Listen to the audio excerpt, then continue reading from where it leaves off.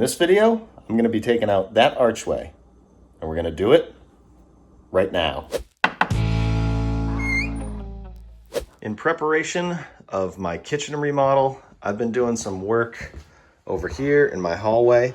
I want to get all this straightened out so that when I do this floor, I can continue it in here and not have to patch it in afterwards. And one of the things I've been wanting to get rid of is this archway. I don't know if it's in style anywhere, but here it's not, and I don't like it. It serves no purpose. So I'm gonna plan on taking this out and making this even with this wall and taking all of that out, and that will open that up, make it look bigger and make it nicer. By opening this up, I'll gain about 6 inches with the two sides combined. That'll give more space to move furniture and whatnot.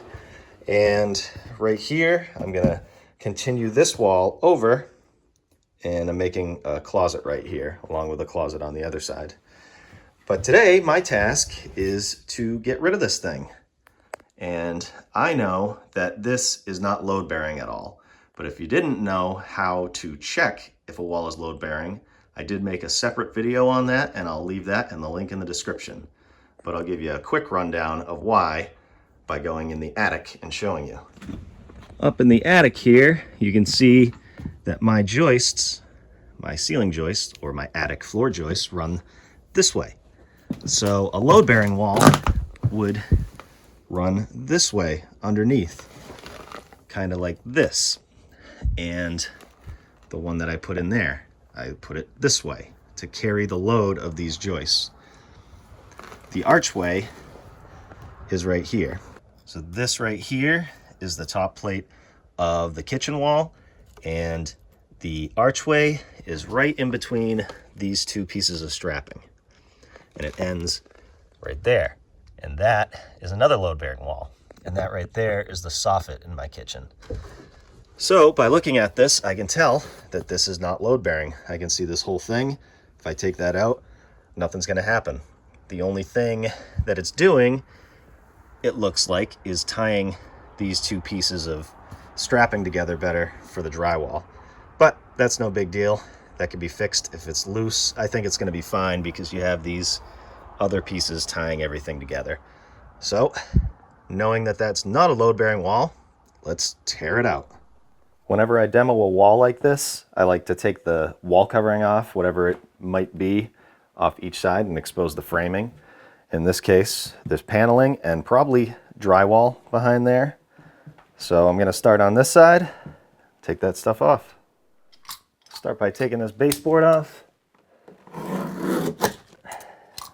I'm not worried about saving anything, but it makes it easier to try and cut the caulking if there is any.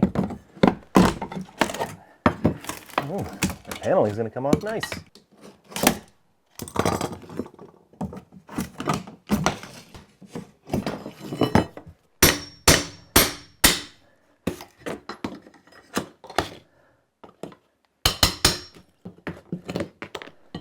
I just hack this piece of baseboard out, use my favorite tool in the world, my oscillating tool.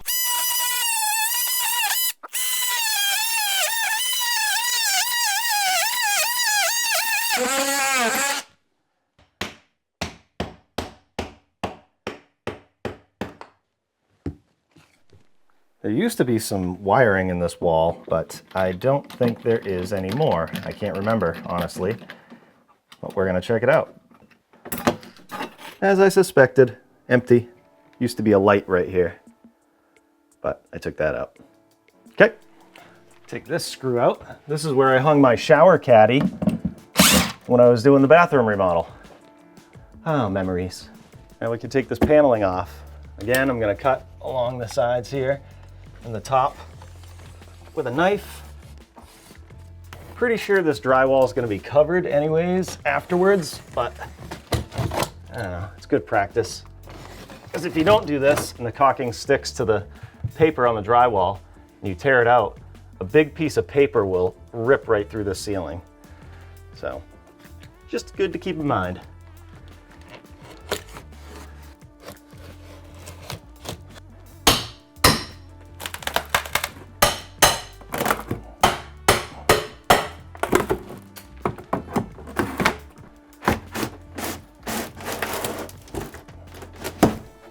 Good thing I'm not worried about these walls. There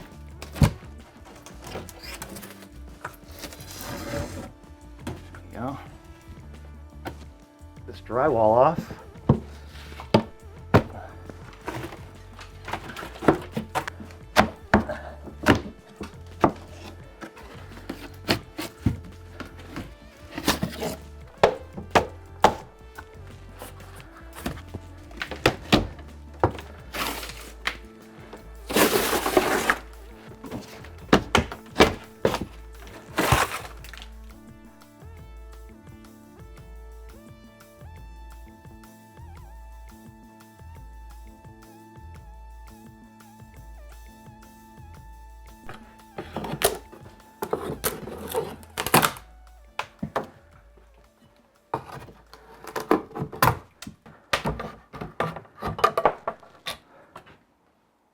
That's pretty cool.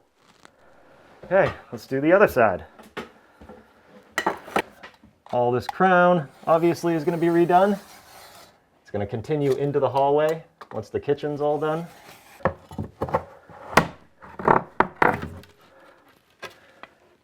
Yep, I was smart when I did this. I only put a couple nails in because I knew it was coming out. Thinking ahead. Sometimes. So I'll take this little piece out. And this piece. This soffit's getting torn out too. I didn't know that I was doing that, so probably nailed this good. Not good enough. So I'm gonna cut this drywall right along this cabinet here, just so I can see some of that framing to see what's going on. Get that drywall out of there.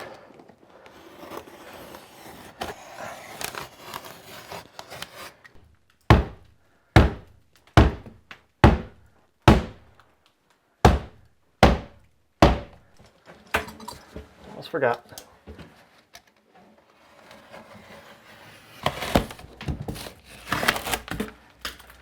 Ooh, fancy wallpaper.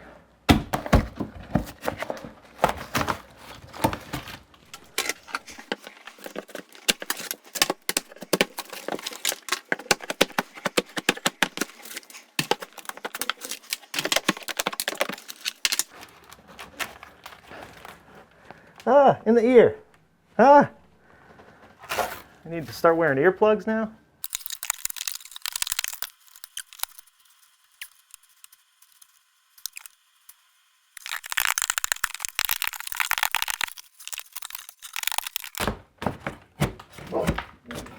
No, it's the wind.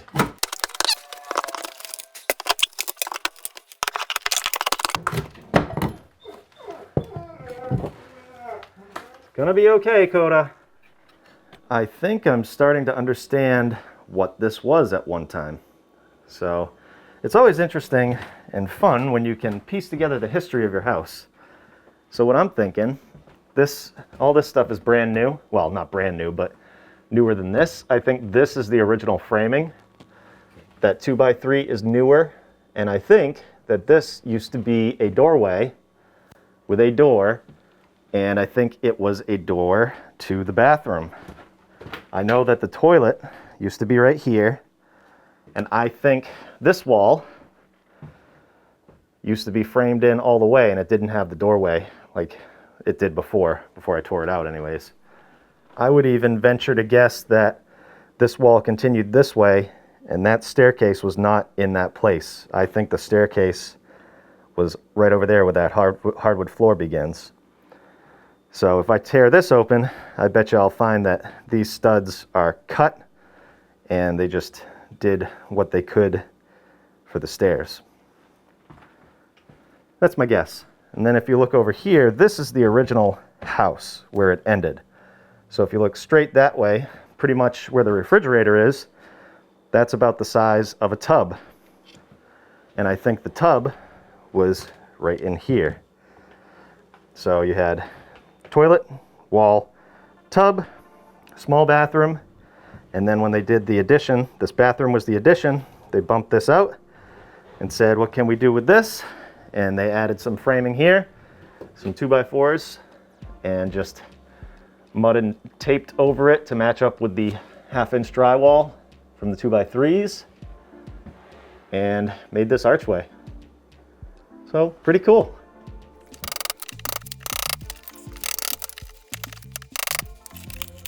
Yeah, see, this wall was never here. You can see the wallpaper goes back that way. And on the back side, the drywall just continues that way. So this wall was definitely an addition afterwards. Interesting.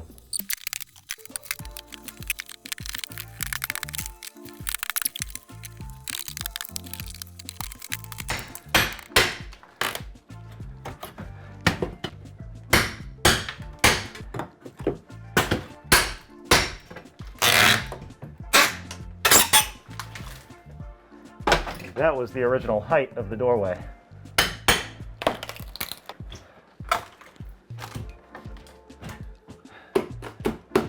And that was the original width.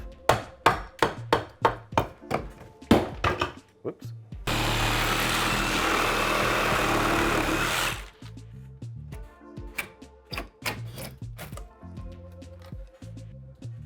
Yeehaw! I'm gonna take my oscillating tool and cut a nice straight line right down, even with this drywall.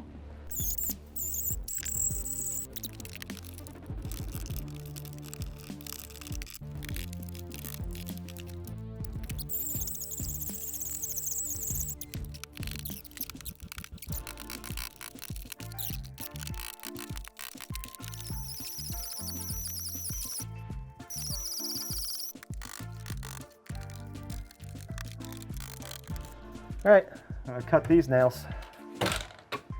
Good to wear eye protection.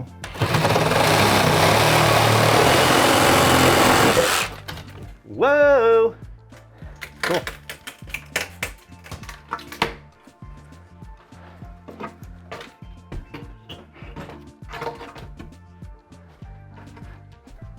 All right, those studs are cut out of there.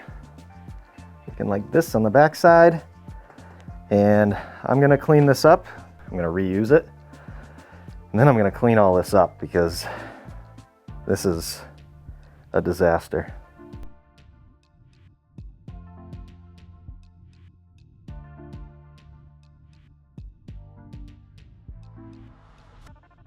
And just so I don't have a trip hazard here for now, I'm gonna cut this off just even with this.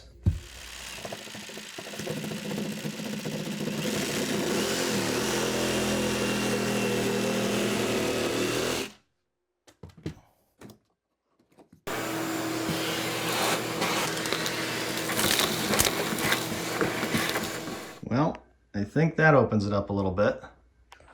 I left the top plate here. What I'm gonna end up doing over here is I'll take this board out because this is a true 2x3, so it's 2 inches wide. I'll take that out, put in an 1.5 inches, a newer 2x3, and that will give me a 1/2 inch here, so I can cut this back and drywall like this, and this will be nice and even. And then on this side, I'm just gonna hack it out and do my framing here. So this looks kind of like a mess, but we're really moving along. My welcome mat. You guys like my welcome mat, by the way? So now I'm at a point, and if you guys haven't been following along, I'm doing this, turning this into a 3rd bedroom, fixing this hallway up, turning this closet from 1 into 2, 1 for the bedroom, 1 here, and then I am doing my kitchen remodel. So yeah, I'm excited. Next step is gonna be to fix all this funky framing. Another reason to subscribe if you haven't. Gotta take this wall out, rebuild it, and this head height does not work for me. This does not work for me. Trying to take a laundry basket down here is a nightmare. And if you look at all of this hacked out framing, that's all gotta be fixed. This wall basically has to be taken down, raised up, and re-supported.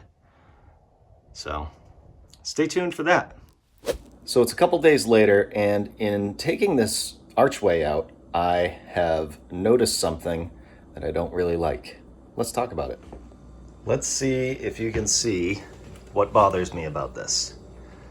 try and look past the missing floor tile and stuff here. I'll give you 2 seconds. 1, 2. This is what bothers me. If you look down this wall, you can see just by looking at the flooring, it is uneven. It goes from, if you just go by the tiles, 7 1/8, almost 1/4, down to 6 1/8. So this is about 1 inch off from here to there. So this wall, and I knew this before, but once I took this out, you can really stand back and notice it. So basically when they built this addition, this bathroom, they made it square to itself, as far as I can remember anyways, when I tore it apart, but they didn't make it square with the original house. And back here with this flooring, these tiles look good. They're all even. So that's what I'm gonna be going off of when I put my new floor in. So any type of flooring that I do that has a pattern, or if it's square like this, you're gonna be able to tell along this wall. Short of putting carpet down, which I'm not gonna do, you're gonna tell, so it's gonna bother me, so I'm probably gonna fix it, just to let you know.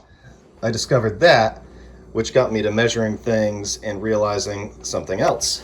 There is a minimum when it comes to hallway width, and that could be the reason that this is set so far back here.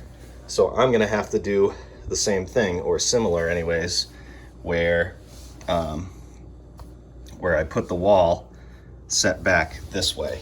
Now there's not much I can do about this, the old wall, and where this is, I will still have opened that up a little bit, and I'm not gonna go as far as that wall, and I'll show you exactly why.